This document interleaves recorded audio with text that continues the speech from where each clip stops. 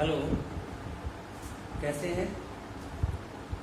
आज एक नया टॉपिक हम शुरू करें और आज का टॉपिक है हमारा डेफिनेट इंटीग्रल। कल मैंने जैसे आपको बताया था कि लेक्चर 17 में मैं एक नया टॉपिक शुरू कराऊंगा और वो आज एक नया टॉपिक है हमारा डेफिनेट इंटीग्रल। इसको हिंदी में हम बोलते हैं निश्चित समाकलन।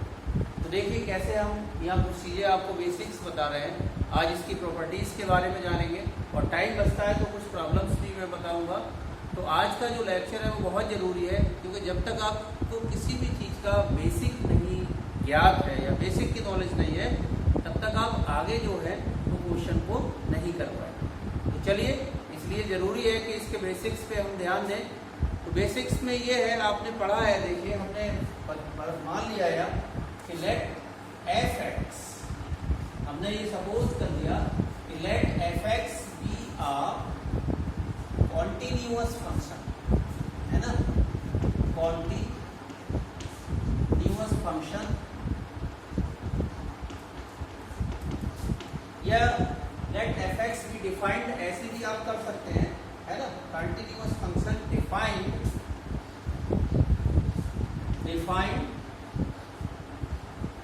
ऑन, ये ए और बी हमारी दो बिंदु हैं, यानी दो इंटरवल हैं, पहला ए और लास्ट बी। इसके बीच में ये डिफाइन किया गया है कि let f x be a continuous function defined on a and b, यानी ए और बी पे ये हमारा डिफाइंड है ना।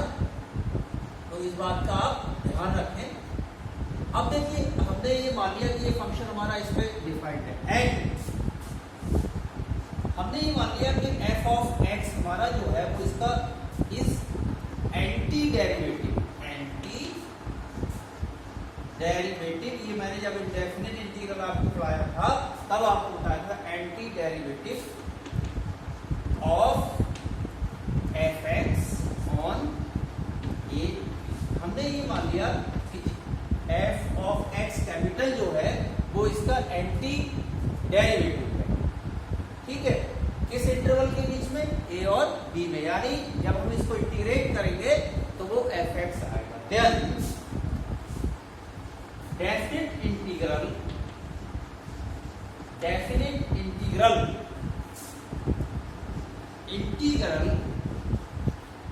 ऑफ एफ एक्स, या केवल एफ एक्स चलिए, इज डिफाइंड एज, कैसे देखिए आप, ये तो इंटीग्रल आप लगाएंगे, इंटरवल कहां से कहां तक है, ए से लेके बी तक, और एफ ऑफ एक्स अंदर लगाइए। अब हमने अब कहा है कि कैपिटल एफ ऑफ एक्स जो है वो इसका क्या है, एंटी डेरिवेटिव, है ना। तो इसका मतलब ये हुआ कि जब हम एफ ऑफ एक्स को इंटीग्रेट करेंगे तो उसका जो एंटी डेरिवेटिव है वो क्या आएगा, एफ ऑफ एक्स। ये हमने लिख लिया, और ये दोनों लिमिट जो है वो हमारी ए से बी तक लग जाएगी। इसमें कोई भी कांस्टेंट नहीं होता है, क्योंकि उसका नाम ही है डेफिनिट इंटीग्रल, यानी निश्चित समाकलन, यानी जो भी वैल्यू हमें मिलेगी वो निश्चित मिलेगी। इसको हम क्या करते हैं, सबसे पहले ये ऊपर वाली लिमिट रखते हैं इसमें एक्स की जगह, और माइनस का साइन लगा के हम नीचे वाली लिमिट रखते हैं, इसको हम कहते हैं लोअर लिमिट, और ये हमारी कहलाती है अपर लिमिट। चाहे हिंदी में अगर बात करें तो निम्न सीमा, उच्च सीमा, चाहे तो इसको आप लिख लेंगे या कि हियर ए इक्वल टू, यानी this is the lower limit, ऐसे करके लिख लीजिए, लोअर लिमिट ऐसे, और ये हमारा बी जो कहलाता है वो अपर लिमिट होती है, अपर लिमिट।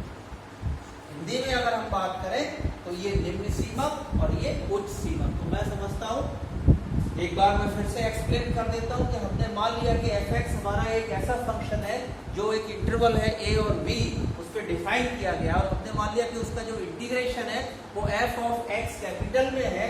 तो डेफिनेट इंटीग्रल को हम किस तरह से डिफाइन कर सकते हैं, तो इस तरह से जो हमने आपको एक दिखाया है, ये जो फार्मूला है वो डेफिनेट इंटीग्रल का है। इसको आप ध्यान रखिएगा, ये एक बहुत बेसिक चीज है, बिना इसके आप डेफिनेट इंटीग्रल को जो है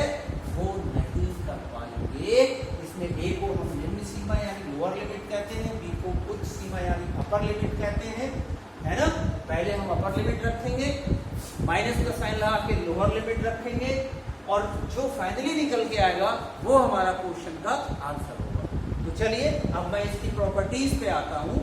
चलिए आइए,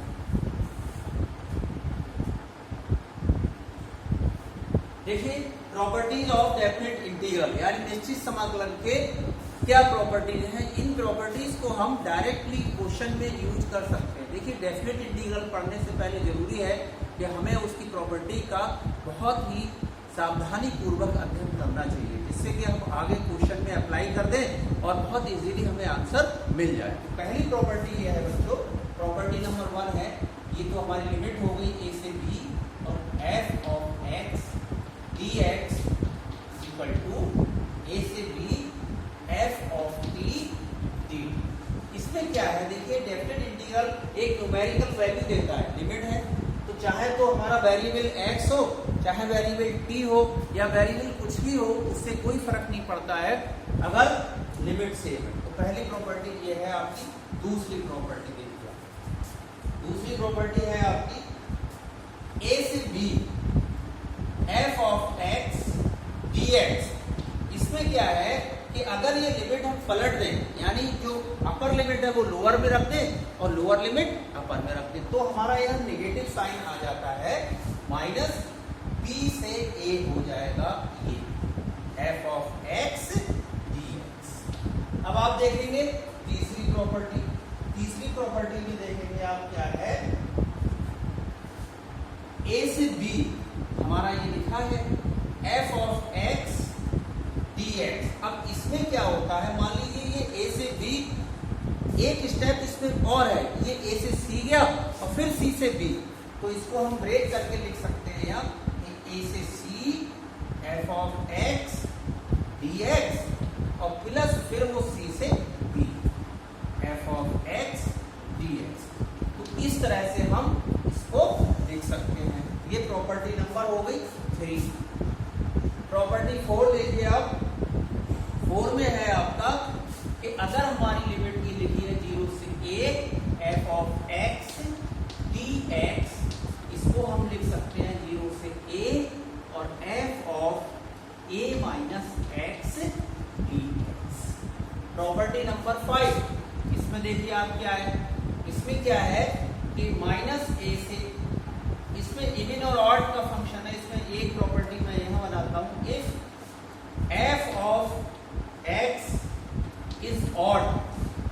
ऑड का मतलब ये है कि अगर हम x को minus x, that is f of minus x बराबर माइनस अगर fx है, यानी x को हम माइनस x से रिप्लेस करें और वो फिर माइनस fx के बराबर आ जाए, तो ये जो इंटीग्रेशन होता है माइनस a से a fx dx, इसकी डायरेक्ट वैल्यू आप 0 लिख सकते हैं, है ना। इसी में दूसरा केस क्या है इसका, ये देखिए आप, मैं बता रहा हूं आपको सेकंड केस इसका। सेकंड केस भी यही होगा कि if f of x is even, अब ये आपका विषम नहीं सम है, यानी इवन है, that is f of minus x equal to f of x। यानी अगर हम x को माइनस x से रिप्लेस कर देंगे तो फिर से वही फंक्शन हमें प्राप्त हो जाए जो कि हमने दिया है, तब इसकी वैल्यू क्या होगी, तो ये होगा बच्चों माइनस a से a fx dx equal to, यहाँ 2 आ जाएगा और यहाँ आ जाएगा 0 से a f of x dx। तो ये आपकी 5 प्रॉपर्टीज अभी मैंने लिखाई है, मैं और लिखा रहा हूँ कुछ इंपॉर्टेंट, इनको आप बहुत अच्छी तरह से नोट कर लीजिएगा और ध्यान रखिएगा, क्योंकि बिना इसके डेफिनेट इंटीग्रल को करना बहुत ही टिपिकल हो जाएगा। चलिए मैं आगे चलता हूँ, अब इसे मिटा देता हूँ। प्रॉपर्टी नंबर 6 है बच्चों, देखिए तो मैंने अभी लिखाई है, ठीक उसी की ही तरह है।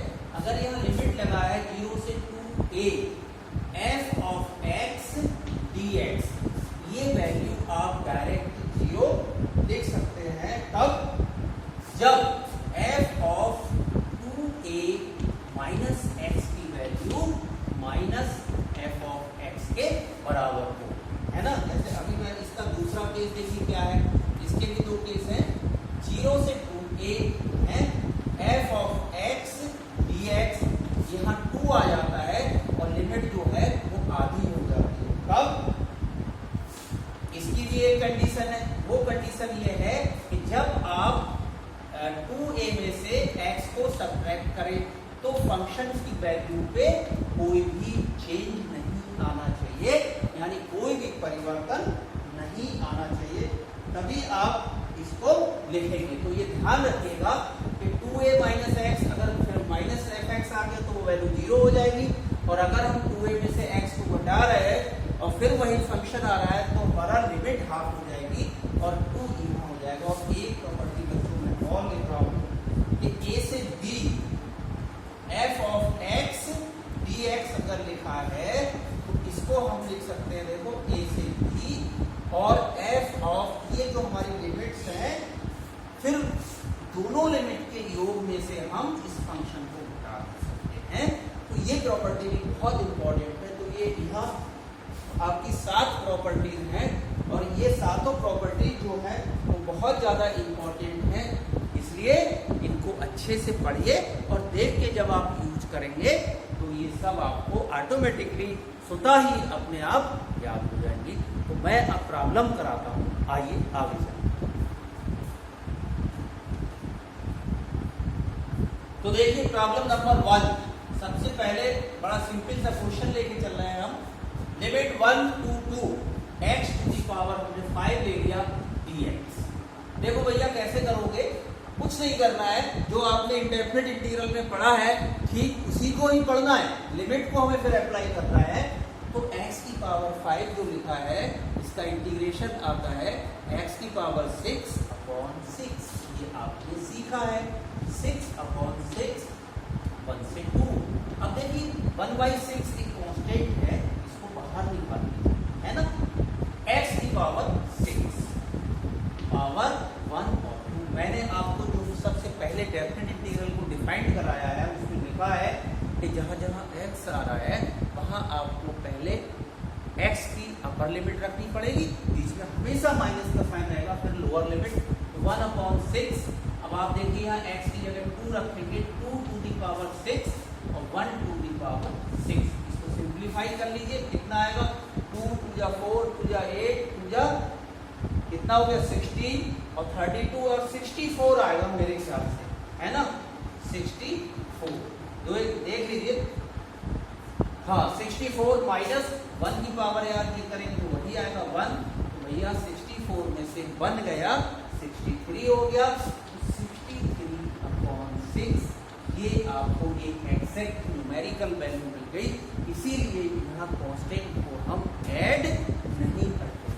प्रॉब्लम नंबर 2 देखिए, प्रॉब्लम नंबर 2 में क्या है, -1 से लेके -4 1/x dx। इसका हम कैसे इंटीग्रेट करें, सिंपल है, 1/x का इंटीग्रेशन आप जानते हो क्या होता है, log x होता है, तो आप यहाँ log x रख दीजिए, है ना। देखिए -1 से -4 इक्वल टू, अब आप यहाँ अपर लिमिट रखेंगे, log ऑफ mod x में होता है, ये आपको पता है, तो log ऑफ -4 यहाँ हो गया माइनस log ऑफ -1, यानी upper limit minus lower limit. देखिए आप आइए, मैंने आपसे कहा है और आप भी जानते होंगे कि मॉड के अंदर कोई भी वैल्यू हो वो हमेशा पॉजिटिव ही रहती है, तो हम इसको पॉजिटिव ही लिख लेंगे, यानी log 4 माइनस log 1। और आप ये भी जानते हैं और नहीं जानते तो आप याद रख लें कि भैया log 1 की जो वैल्यू होती है वो 0 होती है, तो यहाँ से आप आ जाइए log 4 माइनस 0 यानी log 4, ये आपका दूसरे क्वेश्चन का आंसर हो गया। तो आपने देखा कितने सिंपली हम इन क्वेश्चंस को अभी कर रहे हैं, और अभी तो इनमें कोई प्रॉपर्टी हमने नहीं लगाई है, जब कहीं आगे प्रॉपर्टी का यूज होगा तो आपको बताएंगे, लेकिन ये कि आप एक जगह उन प्रॉपर्टी को लिख के रख लीजिए। नेक्स्ट प्रॉब्लम पे आता हूं मैं, इसको इरेज करूं। नेक्स्ट प्रॉब्लम है बच्चों 0 से π/4 sin 2x sin 3x। इस प्रॉब्लम को हमें सॉल्व करना है, देखिए कैसे करना है।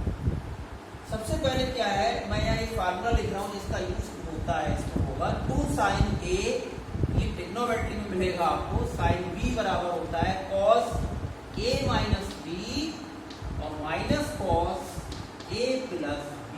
इस फार्मूले को हम यहाँ अप्लाई करेंगे जिससे कि ये हमारा दो भागों में स्प्लिट हो जाए। तो चलिए सॉल्यूशन करते हैं हम। I बराबर आपका देखिए ये है 1/2, यानी 2 से इसे डिवाइड करेंगे और 2 से इसे मल्टीप्लाई करेंगे, क्योंकि हमें ये फार्मूला बनाना है sin 3x और dx। देखिए 2 sin A sin B, चाहे इसको A मान लो चाहे इसको, या कोई फर्क नहीं पड़ने वाला है, cos A माइनस B, तो cos A minus B minus cos A plus B। जब आप इसको ओपन करेंगे तो यही आएगा। चलिए हाँ 0 से π/2, π/2 है, π/4 है, तो मैं यहाँ 4 लिख रहा हूँ बच्चों, 4 लीजिएगा, 4 2 sin A sin B cos A minus B। अब देखिए cos A माइनस B, चाहे cos माइनस थीटा जो होता है, मैं यहाँ ये भी लिख दे रहा हूँ कि cos माइनस थीटा जो होता है वो cos थीटा ही होता है। तो चाहे तो आप 2x माइनस 3x करें, तब भी cos x आएगा, है ना। तो इसलिए मैं डायरेक्ट यहाँ cos x ही लिख देता हूँ, ठीक। चाहे 3x माइनस 2x करें तब भी आएगा, minus cos A plus B, यानी दोनों को आप जोड़ेंगे तो 3 और 2 5 5x और dx। अब आप देखिए इसको हाफ अलग अलग लिख लीजिए, 0 से π/4 cos x dx minus half cos 5x dx and the limit is 0 to π/4। चलिए मैं ऊपर लिखता हूँ यहाँ, इसको मैं इरेज कर देता हूँ, जगह नहीं है, इस वाले को हटा देता हूँ यहाँ से, ये सब।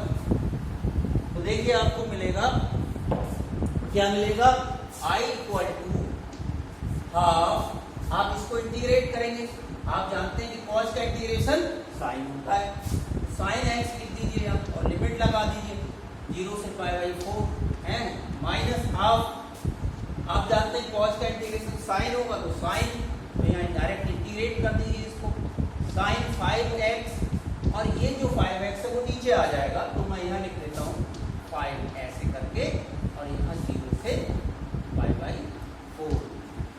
इस तरह से हमने इसको किया। अब आप देखिए आगे, इसको मैं मिटा देता हूँ, कैसे हम इसको करेंगे देखिए। हाँ यहाँ अपर लिमिट लगाइए, साइन π/4 माइनस साइन 0 माइनस 1/10, यहाँ लगाइए साइन π/4 और माइनस साइन 0, ठीक है। देखिए सिंपली हाफ साइन 0 की वैल्यू 0 होती है, और साइन π/4 का मतलब होता है 45 डिग्री। साइन 45 डिग्री का मान कितना होता है, 1/√2 माइनस 1/10। अब देखो ये साइन π/4 है, 5π/4 180, इसको डिग्री में बदलेंगे, मैं आपको बता दे रहा हूँ, मैं ऐसे भी इसको बना देता, 4 से इसको डिवाइड कर दीजिए 16। अब देखिए ये आपका हो गया 220 डिग्री होगा, ये है ना, 5 और 20 220 डिग्री। अब आपको जो है मैं निकाल के बता देता हूँ यहाँ, अब आपको जो है देखिए 4 से काट दिया, 4 जब 45 आ गया, और 45 की आप मल्टीप्लाई करोगे तो वो आएगा 2। अब देखिए इसको कैसे करेंगे, इसको हम लिख सकते हैं साइन 220 डिग्री को मैं निकाल के बता रहा हूँ आपको, साइन 180 प्लस 45 कर दीजिए, नहीं तो नहीं होगा, तो देखिए कितना आएगा, 220 डिग्री है। कैसे हम इसको करें, 90 प्लस कर सकते हैं, 180 कर सकते हैं, 45 में से हमें निकाल, देखिए 45 मल्टीप्लाई 5 5 या 25, 225 होगा, 220 नहीं होगा वो, तो साइन 225 को बच्चों देखिए हम लिख सकते हैं साइन 180 प्लस 45 डिग्री, है ना, साइन 180 प्लस थीटा। अब देखिए साइन 180 प्लस थीटा मैं आपको बता दे रहा हूँ, ये फर्स्ट होता है और ये सेकंड, फर्स्ट है, फर्स्ट में जितने भी होते हैं वो सब पॉजिटिव होते हैं, और यहाँ आ गया 180 तक, 180 तक, यानी इसमें साइन और कॉसेक पॉजिटिव होता है, ये आएगा तुम्हारा 180 प्लस 45 तीसरे में आएगा। तीसरे में क्या होता है, टेन और कॉट पॉजिटिव होते हैं तो ये नेगेटिव होगा, यानी मैंने फार्मूला आपको लिख दे रहा हूँ कि साइन 180 प्लस थीटा जो होता है वो माइनस साइन थीटा होता है। तो इसलिए ये जो साइन 180 प्लस 45 होगा ये माइनस साइन 45 होगा।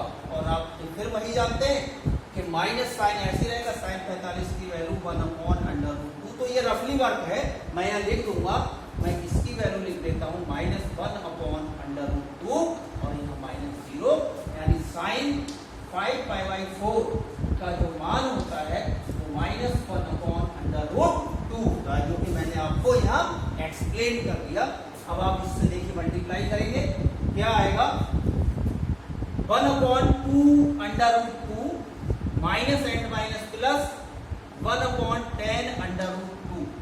आप चाहें तो इसका एलसीएम ले सकते हैं और सिंप्लीफाई कर सकते हैं। ये मैं सब मिटा देता हूं, ये आपने समझ लिया होगा। देखिए आपका 10√2 एलसीएम हो गया, तो यहाँ आप लिखेंगे 10√2। अब देखिए यहाँ 2 लिखा है तो 5 से ऊपर मल्टीप्लाई हो जाएगी, 5 + 1 करेंगे आप तो ये आ गया 6/10√2। एक बार देख लीजिएगा, 10√2 एलसीएम हो गया, 5 ऊपर चला गया, 5/1 6, 2 3 जा और 2 5 जा, यानी जो आई बराबर आपका फाइनल आंसर आया वो आया 3/5√2।